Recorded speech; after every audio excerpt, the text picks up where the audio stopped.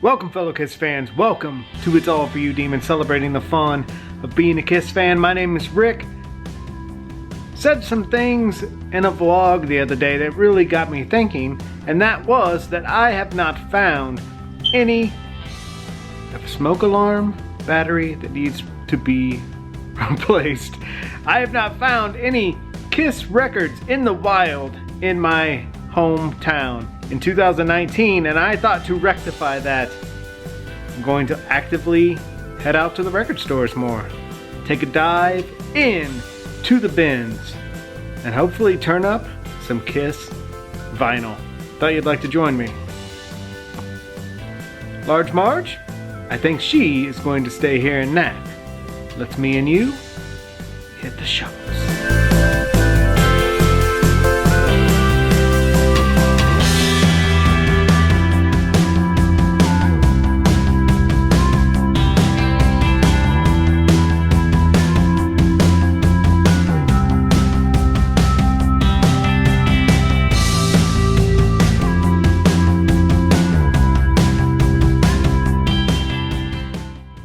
And where we are headed to today is Josey Records, downtown Kansas City.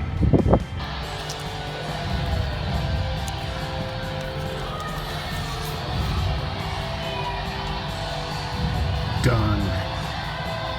So I'm kind of flipping out about this. 2019 have not had the best of luck finding Kiss merchandise. Went to Josey's Records, found this originals with the cards are inside, and so is the booklet. Never have found these in the wild, and today, the day I'm complaining that I haven't found any Kiss stuff, boom, they're there. And I found a copy of Alive with the Robert Ludwig runout, as mentioned in Sebastian Bach's What's in My Bag.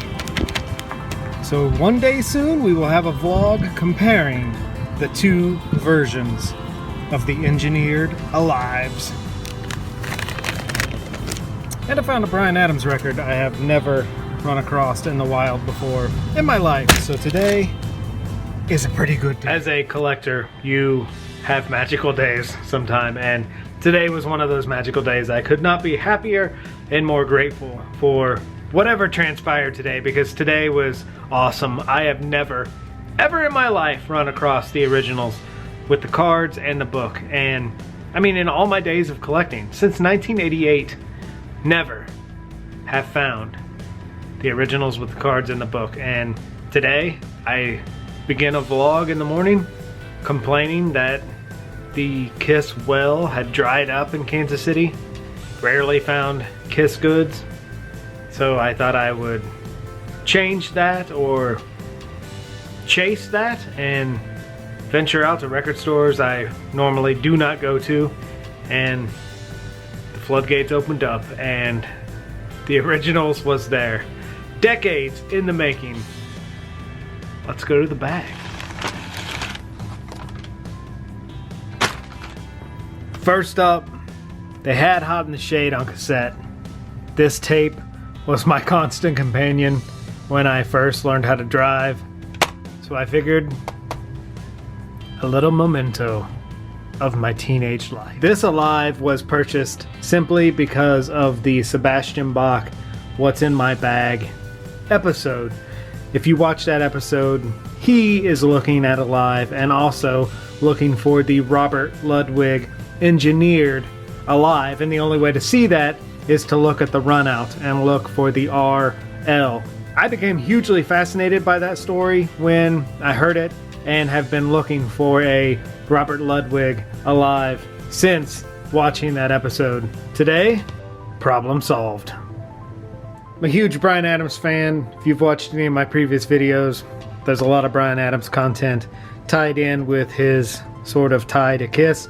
Waking Up the Neighbors, one of my favorite records of his. Always been looking for this. It's out of print, hard to find, never wanted to buy it on eBay, and today, with the rock and roll magic, it has been found. And lastly, the reason we are here today and smiling is the originals. I mean, what can I say? I'm ecstatic. I cannot wait to open this and dig in. So let's do it. And so I guess the cover isn't beat to hell. They have removed the sleeves and put the sleeves in the back. So that's kind of cool. Regardless of that, the beauty lies within. Never in my life have I ever seen this book in person. I've never seen this book in person. And to find it in the wild and not have to resort to eBay, it has some water damage up here. I could care less. The smile is not leaving my face. And the smile continues as I see these. Oh my gosh. So awesome. Still intact. Not pulled apart. Always love the fact that they call Gene the vampire on these cards.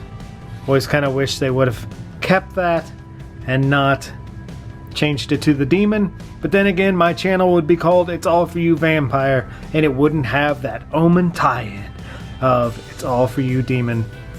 Today is a good day. Today is one of those collecting days of magic.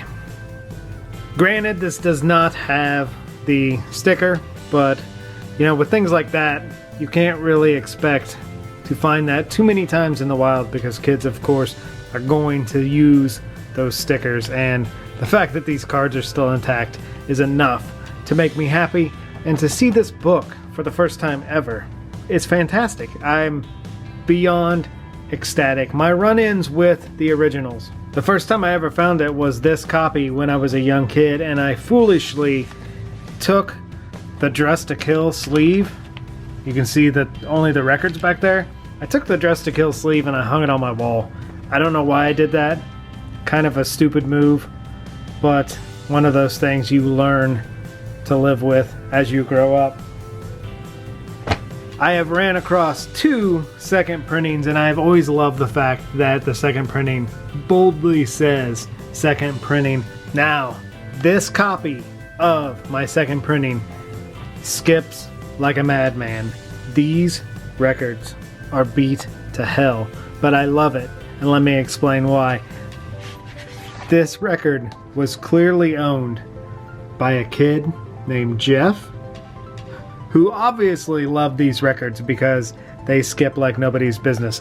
But I love the fact that in little kid handwriting, he wrote Dress to Kill. Like, I don't know if it bummed him out that you couldn't see it was clearly Dress to Kill, but there it is again. And again, his name Jeff. Did he take these records to school to play for music day in elementary school?